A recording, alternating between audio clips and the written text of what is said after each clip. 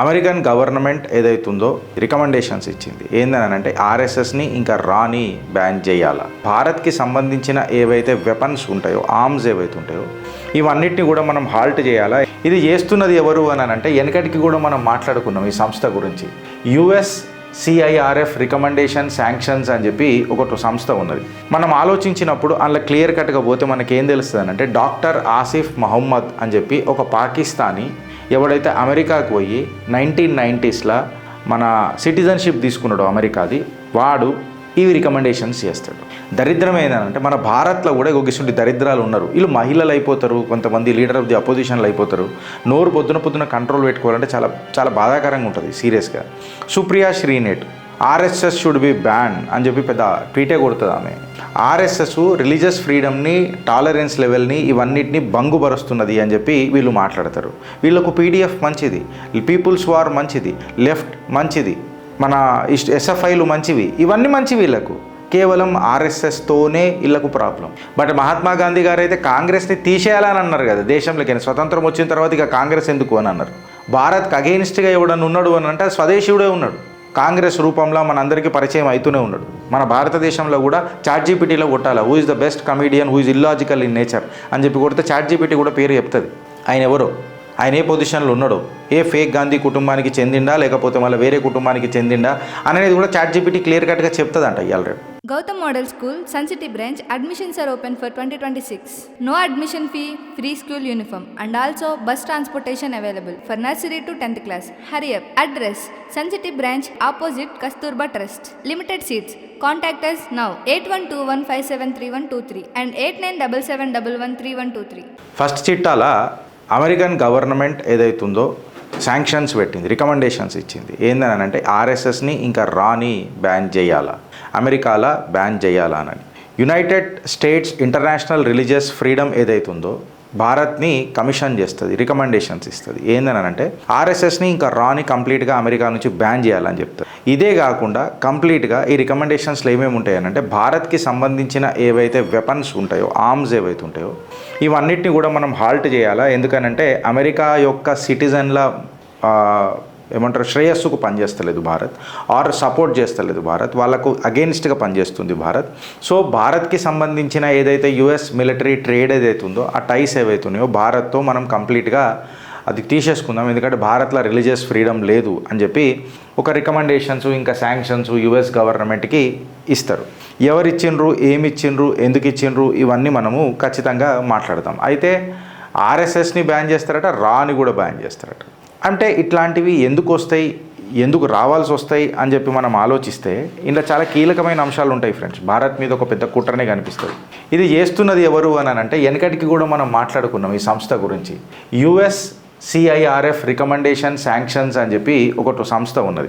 ఈ మన USCIRF అనేది అయితే సంస్థ ఉన్నదో ఎందుకు రికమెండ్ చేసింది అని అంటే ఫస్ట్ ఆఫ్ ఆల్ ఈ వైస్ చైర్మన్ ఎవడు, కమిషనర్ ఎవడు, ఈ USCIRFలో ఎవరు అని అనేది మనం ఫస్ట్ ఆలోచించాలి. మనం ఆలోచించినప్పుడు అందులో క్లియర్ కట్గా పోతే మనకేం తెలుస్తుంది అంటే డాక్టర్ ఆసిఫ్ మహమ్మద్ అని చెప్పి ఒక పాకిస్తానీ ఎవడైతే అమెరికాకు పోయి 1990s మన సిటిజన్షిప్ తీసుకున్నాడు అమెరికాది, వాడు ఇవి రికమెండేషన్స్ చేస్తాడు.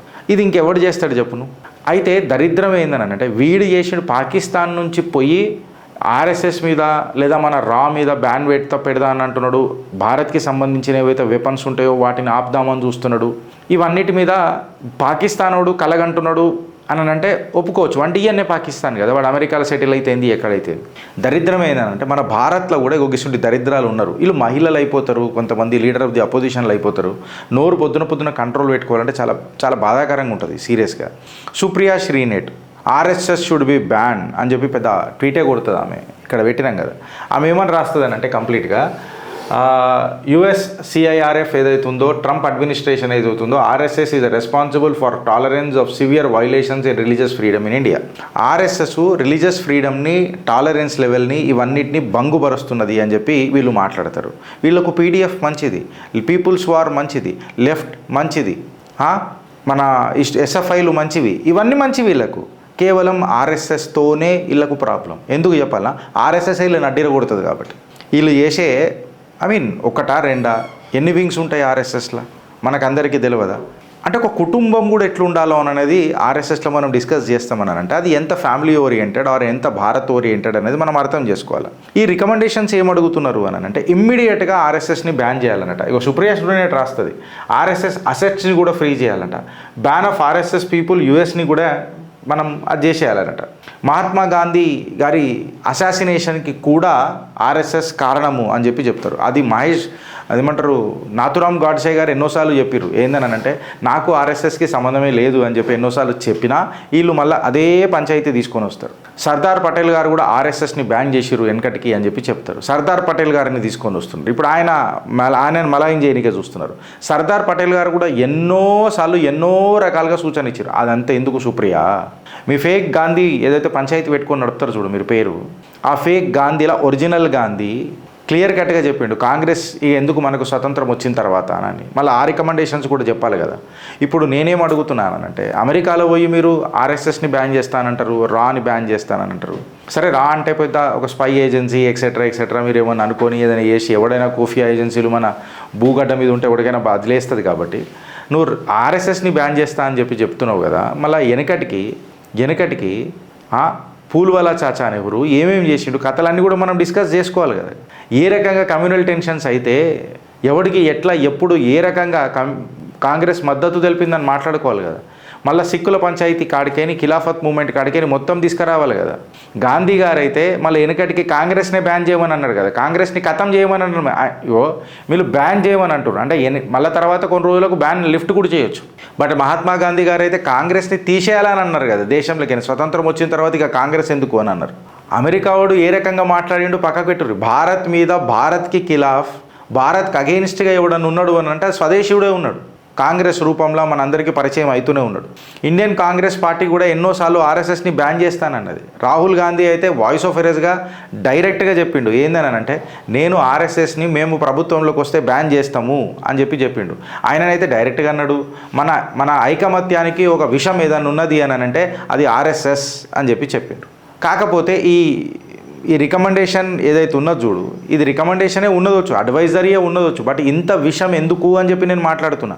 వైట్ హౌస్కి ఈ ఆబ్లిగేషన్ ఎందుకు వీళ్ళు రికమెండేషన్స్ రూపంలో పంపుతున్నారు అని చెప్పి నేను అడుగుతున్నా. ఆర్ఎస్ఎస్ ఏం చేసిందని అని అడుగుతున్నా. ఎందుకు అని చెప్పి మాట్లాడితే నువ్వు నా భారత్లో వచ్చి గెలుకుతుంటే నేను ఎందుకు ఊకుంటా? కారణాలు అనేది చాలా ఇంపార్టెంట్ ఉంటుంది. అయితే ఇప్పుడు అమెరికా అడ్మినిస్ట్రేషన్ల నుంచి అమెరికా వాడు కూడా ఇది మాట్లాడిండు అనుకో, ఖచ్చితంగా మనం ఉతికారేస్తాం కదా. ఇవాళ భారతీయులు చాలా హుషారైనరు, ఉతికారేస్తారు కదా. అందుకనే వీళ్ళు ఏం చేస్తారు అమెరికాలు ఒక పాకిస్తానీ నేషనల్ వాడు అంటే ఆ రకంగా భారతీయుడు ఆలోచించాలి. అమెరికా సుఖమైన ప్రభుత్వం కాబట్టి ఇట్లాంటి రికమెండేషన్స్ వస్తున్నాయి. ఒక పాకిస్తానీ నేషనల్ని నువ్వు ఒక చైర్మన్ చేసి వైస్ చైర్మన్ చేసి అందులో ప్రెసిడెంట్ చేసి వైస్ ప్రెసిడెంట్ చేసి తర్వాత ఇట్లాంటి రికమెండేషన్స్ ఇప్పిస్తున్నావు అని అంటే నీ ఆలోచన విచారం ఎట్లున్నది, నీ ఆచరణ ఎట్లున్నది నీ ప్రభుత్వంలల్లా అనేది ఉండాలి. అసలు ఫస్ట్ ఆఫ్ ఆల్ భారత్ మీద ఇంత కుట్ర పన్నాల్సిన అవసరం ఏమున్నది? ఈ రికమెండేషన్స్ ఎందుకు వస్తున్నాయి అని చెప్పి మాట్లాడితే 7 యుక్రేనియన్లను ఇంకా అమెరికన్లను మన భారత బలగాలు ఎన్ఐఏ అరెస్ట్ చేసింది. ఎందుకు అరెస్ట్ చేసింది అని అంటే వీళ్ళు నార్త్ ఈస్ట్లల్లో నక్సల్ గ్రూపులకు రిబెల్ గ్రూపులకు ట్రైనింగ్ ఇస్తున్నారట. భారత్లో ఒక సివిల్ వార్ తీసుకురానికే, భారత్లో అల్లకల్లోలం చేయనికే ఎన్ఐఏ ఈ ఫారిన్ నేషనల్స్ని 6 యుక్రెయినియన్లని ఇంకొక అమెరికన్లని ఏదైతే టెర్రరిస్ట్ ట్రైనింగ్ ఏదైతే ఉందో చూడు మయన్మార్లా చేస్తున్నారని తీసుకొని ఎన్ఐఏ వాళ్ళని 11 డే కస్టడీకి తీసుకున్నది. వీళ్ళు ఏమేమి చేస్తున్నారు అని అంటే చొరబాటుదారులకు లీగల్ ఎంట్రీ ఇప్పిస్తున్నారు, అన్ని డాక్యుమెంట్స్ చేసి. ఇన్ఫ్యాక్ట్ చెప్పాలంటే వెపన్స్ ఇస్తున్నారు, డ్రోన్ టెక్నాలజీ ఇస్తున్నారు, డ్రోన్ ట్రైనింగ్ ఇస్తున్నారు. యూరోప్ నుంచి డ్రోన్స్ తీసుకొచ్చి మయన్మార్లో ఈ తీవ్రవాదులకు ఇస్తున్నప్పుడు ఖచ్చితంగా దీని మీద మనం మాట్లాడాలన్నా వద్దా? ఇప్పుడు మనం మమ్దాని ఖాన్ మీద మాట్లాడతాం. మమ్దాని ఖాన్ మీద ఎందుకు మాట్లాడద్దు? వాడు ఎంతసేపు వాడు పంచాయతీలు ఏ రకంగా ఉన్నాయి, నేను సపరేట్గా పోయి మళ్ళీ మాట్లాడితే ఇది అది అని అంటారు. ఇప్పుడు వీళ్ళు ఏం చేస్తున్నారు? మయన్మార్లో అల్లకల్లోలం ఎందుకు అవుతున్నది అని అంటే యుక్రెయినియన్ వాడు వాని దేశంలోనే చక్కగా లేకపోయా ఆడికి వాడు మంది దేశాల మీద వచ్చి చూసినావా ఇట్లాంటి తీవ్రవాద సంస్థలు. అందుకే నేను అంట ఈ కమీడియన్లని ఎప్పుడు కూడా ప్రైమ్ మినిస్టర్లని ప్రెసిడెంట్లని మనం చేయొద్దు. మన భారతదేశంలో కూడా చాట్జీపీటీలో కొట్టాలి who is the best comedian who is illogical in nature అని చెప్పి కొడితే చాట్జీపీటీ కూడా పేరు చెప్తుంది.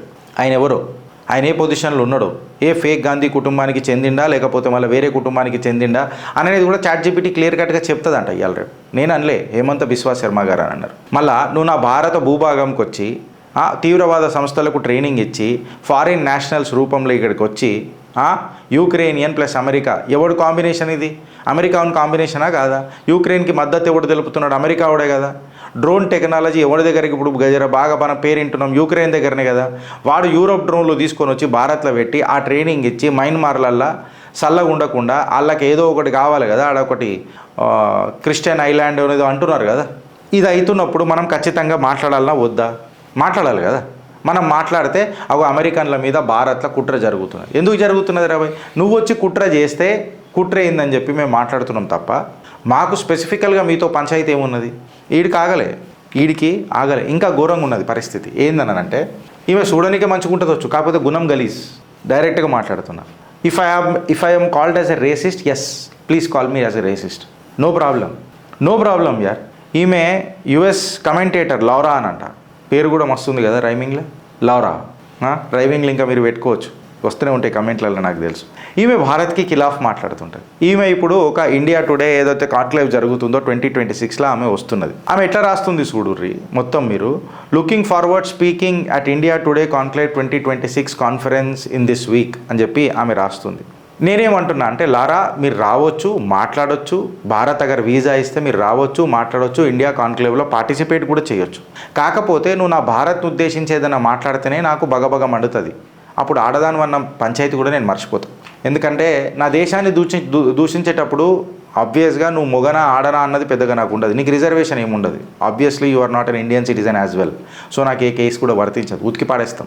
ఎందుకు ఉతికి పాడేస్తాము అని చెప్పి మాట్లాడితే ఈ లారా ఏమని మాట్లాడుతుందో చూడుండ్రి. ఈమె మీద టిప్పనీ జరిగితే ఇవన్నీ కన్సల్టేట్ చేసి మమ్దాని గాంధీ, ఈ యూక్రెయినియన్ అమెరికన్లను అరెస్ట్ చేసింది ఎన్ఐఏ, ఇవన్నిటిని కలిపి మన ఆర్ఎస్ఎస్ని చేయాలి, అది చేయాలి, ఇది చేయాలి, ఇట్లాంటి ప్రెషర్ టాక్టిక్స్ అనమాట. ఇప్పుడు వస్తాను నేను అడిగి సమప్ చేయడానికి మళ్ళీ వస్తా. వీళ్ళు చూడుండ్రి. Silly white people stop watching boys meets the world and turn on Bollywood so you can watch rape culture steal your job culture. అంటే బాలీవుడ్ చూస్తేనంట రేప్ కల్చర్ అనేది ఎట్లుంటుందో అనేది బయటకు వస్తుందట. ఎవరు మాట్లాడుతుర్రు? గిరీష్ గారు కాదు, లారా. మళ్ళీ ఇప్పుడు ఈమెనికి మర్యాద ఇచ్చి మాట్లాడదామా, లేకపోతే డాష్ పెట్టి మాట్లాడదామా, బీప్లతో మాట్లాడదామా భారత్కు ఉద్దేశించి? రేప్ కల్చర్ ఎక్కువ ఏడి దగ్గర ఉన్నది బ్రదర్? గన్ కల్చర్ ఎవరి దగ్గర ఉన్నది బ్రదర్? నాకు ఒక మాట చెప్పుర్రి. అట్లీస్ట్ మా దగ్గర ధర్మం దొరకకపోయినా న్యాయం దొరికే ప్రక్రియలు చాలా ఉన్నాయి. మీ దగ్గర ఎట్లున్నాయి? దీని దహాడే ఏ రకంగా జరుగుతాయి మీ అమెరికాలో? మాకు తెలియదా పంచాయతీ? ఇప్పుడు చూడు, ఈ లారాకి అవి కనబడాయి. అందుకే ఆమె పేరు లారా కాదు, ఇప్పుడు ఇంకొకటి ఏదో రైమింగ్లో పెడదాం. ఇనుండ్రి. Okay, I'm willing to admit when I'm wrong. India does have running water. It just runs out of the people asses. అంటే కేవలం ఏమని అంటున్నారు? నీళ్లు భారత్లో కూడా ఉన్నాయి, కాకపోతే అవి భారతీయుల ముడిల నుంచి వస్తాయి. ముడి కొడుకొనికనే మనకు వస్తాయి, తాగనిక కాదు అని అన్నట్టు మాట్లాడతాం. మళ్ళీ ఈమెని మనము సమర్థిద్దామా? సుప్రియా శ్రీనేట్కి సిగ్గుశరం ఉన్నదా? రాహుల్ గాంధీకి ఏమైనా సిగ్గుశరం ఉన్నది? సీమ్నెత్తురు ఉన్నదా? ఇట్లాంటి మాటలు మాట్లాడినప్పుడు వాళ్ళ మీద ఖిలాఫ్ పోనికే. ఏ యూట్యూబర్ అన్నా తెలంగాణలో ఈ టాపిక్ మీద మాట్లాడిండా? తెలుగు రాష్ట్రాలలో ఎవడన్నా మాట్లాడిండా? ఇప్పుడు మేము ప్రాంతీయవాదం లేపుతున్నాం రా, సిగ్గు తప్పిన ఆడి పేరు రామంట. ఇప్పుడు వాని మీద కూడా డిస్కస్ చేస్తా లాస్ట్కి. నేను వాడిని అడుగుతున్నా, ఏమైనా సిగ్గుశరం ఉన్నారా? ఏనాడన్నా నువ్వు మాట్లాడినావురా? నీ ప్రాంతీయవాదం, నీ ఆంధ్రాని, అది కూడా నీ ఆంధ్రాని కూడా కాదు, నీ నాయకులను అంటే నీకు బగబగ మంటలు వేస్తుంది. మళ్ళీ భారత్ అన్నప్పుడు సిగ్గు తప్పినోడా దేశ ప్రధాని వచ్చినప్పుడు నల్లబట్టలు వేసుకొని తిరిగిండు మీ బాబు. నేను వాడిని అడుగుతున్నా, అప్పుడు ప్రేమ ఏడికి పోయిందిరా మీకు? It is not a question of who we're supporting, it is a question whether we're supporting our country or not. ఇప్పుడు ఏం మాట్లాడుతుంది చూడమే. ఇంకొకటి, the invaders drink from the same water they bath and shit in. I have that on a video too coming to a city near you. మనం అదే నీళ్ళలో స్నానం చేస్తామంట, అదే నీళ్ళతోని మనం ముడి కడుక్కుంటామంట, అదే నీళ్ళను చూడనీకే మనం వస్తున్నామట అని చెప్పి తను మాట్లాడుతుంది. Then why the hell you are coming? When you feel that India is a shit, avoid coming to India కదా. ఇసుంటోళ్ళని మనం ఖచ్చితంగా మాట్లాడాల్సి వస్తుంది కదా బ్రదర్. ఈ అలాంటికి ఇప్పుడు మాకు ఒక మంచి పోడ్కాస్ట్ వస్తుంది, నేను ఇప్పుడే కొంచెం మీకు లీక్ చేస్తున్నా. తెలంగాణ ప్రకాష్ గారితో ఒక జబర్దస్త్ పోడ్కాస్ట్ చేసినాం చిత్రగుప్తలో రీసెంట్గా. ఎడిటింగ్ అవుతుంది, వస్తుంది. గుడ్ బ్యాక్టీరియా బ్యాడ్ బ్యాక్టీరియా మీద కూడా చర్చ జరిగింది. ప్రకాష్ గారు డిఫైన్ చేసిర్రు అలా. గుడ్ బ్యాక్టీరియా అనేది మన బాడీలోకి ఇప్పుడు ఎంటర్ అవుతలేదు. ఎందుకు ఎంటర్ అవుతలేదు అని అంటే వీళ్ళ అదేమంటారు, పైశాచిక ఆనందానికి కొన్ని మార్చిండ్రు చూడు. మైదాపిండిలు తిని బతికే బతుకులు ఇల్లయి. ఫ్రెండ్స్, ఇప్పుడు మీకు అందరికి ఒక ఫ్యాషన్ అయిపోయింది ఏందని అంటే, వాడు టై కట్టుకొని కోట్ వేసుకొని వస్తాడు. అరే భారత్లో కోట్ అనేది ఎందుకు అవసరం? ఇట్స్ అ ట్రాపికల్ కంట్రీ, ఎండ ఉంటుంది మన దగ్గర. వాడు టై కట్టుకుంటాం. మనం కూడా ఆ ఉబ్బరానికి ఏసీలలో కూర్చోనికి రీసైకిల్డ్ ఎయిర్ తీసుకొని టై కట్టుకుంటాం. ఆ టై పంచాయతీ ఏంది, స్టోరీ ఏందని ఎవరికన్నా తెలుసా? ఎడికెన్ వచ్చింది టై పంచాయతీ అని తెలుసా? వెనకటికి ఆ మైదా పిండిలలో రొట్టె డిబ్బలలో ఆ తందూరి రోటీలు పెడతారు కదా, ఇట్లా డబ్బాలలో పోయి అందులో పెడతారు కదా, అందులో పెట్టేటప్పుడు వీళ్ళకు సర్ది ప్రదేశాలు కదా, ఆ ముక్కుల నుంచి సీమిడి వస్తుంటే టైతో దూడ్చుకుంటుండే నా కొడుకులు. అది ఫ్యాషన్ అయిపోయింది మన భారతదేశంలో. Can somebody dispute? ఎవడనేది డిస్ప్యూట్ చేయగలుగుతారు? అసలు టై ఎందుకు పెట్టారని ముక్కుకు దూడ్చుకునే సీమిడి మనకు ఒక గౌరవనీయమైన ఒక కోట్ అయిపోయింది. అది ఇంత ట్రాపికల్ కంట్రీలో నువ్వు కోట్ వేసుకుంటే ఇక నీకు ఏమేమి ఉంటుంది రాబాయ్? సరే ఇప్పుడు చూడు, లారా ఏమన్నా our country was built by the white Europeans actually, not the third world invaders from India. You know, it was a white Europeans who created the American dream and we didn't create it. Native అమెరికన్స్ని మీరు ఏం చేసిర్రు లారా? మీదో జాతకం, మీదో నాగరికత, మీదో బతుకు, నువ్వో మహిళ. నాకు వస్తుంది బట్ జస్ట్ నేను ఇక మింగుకుంటున్నా, తిట్టుపాటు దొరుకుతా నీ ఏమన్నా కానీ. దాని తర్వాత చూడు, high skilled immigrant doesn't have running water or toilet paper. Laura రాస్తుంది, టాయిలెట్ పేపర్ మీలాగా మేము ముడి దుడుచుకోం, పేపర్లతో కడుక్కుంటాం. ఈ విషయం మీద పీతి నువ్వు పేపర్తో దూడ్చుకుంటే ఎట్లా అని నేను చెప్పడం కాదు, మంచోచ్చాడు నా అన్వేష కానీ చూడు చెప్తాడు. అరే మేము భారతీయులము నీళ్ళు కడుకుంటాం రా అని చెప్పి వాడు ఒక చాక్లెట్ని తీసుకొని కూడా ఆడ ఇట్లా పెట్టి చూపించిండు కూడా. గబ్బుముడ్డి గాళ్ళు మీరు మాకు చెప్తారు. The average IQ of an Indian is 76, best and brightest. చిల్లర్ నీకు చెప్తున్నా లారా, యావరేజ్ ఐక్యూ 76 అన్నావు కదా. గూగుల్ని ఎవరు లీడ్ చేస్తున్నాడు? మైక్రోసాఫ్ట్ని ఎవరు లీడ్ చేస్తున్నాడు? నాకు మంచిగా వస్తున్నాయి, మంచిగా అంటే మంచిగా వస్తున్నాయి, అవన్నీ అనుకో, అవన్నీ నీకు తగలాలనుకో. ఇక సూపర్ డూపర్ భాష ఉంటుంది మా తెలంగాణలో, ఉతికి పారేయమంటే. మా ఐక్యూ లెవెల్ గురించి నువ్వు మాట్లాడుతున్నావా? ఏమన్నా తెలుగున్నదా నీకు? ఆడెవడో ఒకడు కమెంట్ చేస్తే, unbelievable the jerk was one responsible starting the టైడల్ way of hate against the Indian during Christmas week in 2024. Christmas వీక్లో ఏదో ప్రాబ్లం జరిగిందని చెప్పి మీరు మాట్లాడుతున్నారు, బట్ శ్రీరామనవమికి ఎన్నడన్నా ప్రాబ్లం జరిగిందని మీరు మాట్లాడినరా? హోలీ సెలబ్రేషన్స్ ఇప్పుడు జరుగుతుందని ఎవడన్నా మాట్లాడుతున్నాడా? भारत में केवल माइनॉरिटियों के बारे में बात करना है, हिंदू तो कोई इंसान है ही नहीं. ప్రాబ్లం ఇక్కడ వస్తుంది. అది ఏం రాస్తుంది చూడు, see you soon in India, looking forward to speak at India today conclave 20. ఈ కమెంట్కి ఇది రాస్తుంది. ఇప్పుడు మనం ఏం మాట్లాడదాం చెప్పు ఫ్రెండ్స్. ఇప్పుడు వీళ్ళని ఇట్లా టార్గెట్ చేసుకుంటూ పోతుంటే ఖచ్చితంగా చేయాలి కదా. When you speak against my country obviously we will speak against you. కరెక్టా రాంగా నేను చెప్పింది? ఇది పంచాయతీ. దీనికి ఎవరు సపోర్ట్ చేస్తున్నారు? ఈ మొత్తం పంచాయతీకి దీనికి ఎవరు సపోర్ట్ చేస్తున్నారు? కాంగ్రెస్ పార్టీ. అందుకే ఆర్ఎస్ఎస్ బ్యాన్ చేస్తారు, అందుకే రాని బ్యాన్ చేస్తారు. బయటికి తీసి కొడుతున్నాం కదా. కాకపోతే హకీకత్ ఏమవుతుంది దేశంలో కూడా చూడాలి. మళ్ళీ నేను కాదు చెప్తున్నది, తెల్లతోలు వేసుకున్న అమెరికన్లు, యూరోపియన్లే మాట్లాడుతున్నారు. ఇరాన్ ప్రాబబులీ డీల్ భారత్తో చేసింది అని. అమెరికా కూడా చేయలేని పరిస్థితులలో స్టేట్ ఆఫ్ హోర్ముజ్లకని భారత్ యొక్క షిప్పులు, షివ్లిక్ ఇంకొకటి ఏవేవో ఉన్నాయి, ఆ ట్యాంకర్లు ఇలా ముంబై పోర్ట్లకు వచ్చి పడేసినాయి. కూడా మాట్లాడిన జీపీఎస్ బంద్ చేసి మనం ట్యాంకర్లను తీసుకొని వచ్చినాం. అందుకే leader of the opposition photo పెట్టిన జర కళ్ళు పెద్దగా పెట్టి చూడు, నీ కళ్ళల కాకులు పొడవ. షిప్ షివ్లిక్ ఇంకా నందాదేవి అని అనేది స్టేట్ ఆఫ్ హార్మోజ్ దాటి గుజరాత్ పోర్ట్ దగ్గర డాక్ అయింది. LPG crisis. నేనేమని చెప్పిన, ఏం షార్టేజ్ ఉండదు రా బై, టెన్షన్ పడకుర్రా అని చెప్పిన.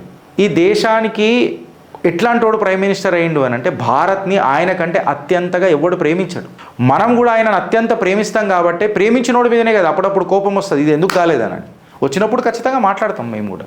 కానీ పోగొట్టుకునే ప్రక్రియ చేయం, పొడిచే ప్రక్రియ చేయం. పొడుస్తాం పోగొట్టుకునే ప్రక్రియ చేయం. చలో, వీళ్ళు ఎంతగానం చేస్తారు, ఇంకా ఎంత దిగజారుతారు అని ఆలోచిద్దామా ఫ్రెండ్స్? లేదా?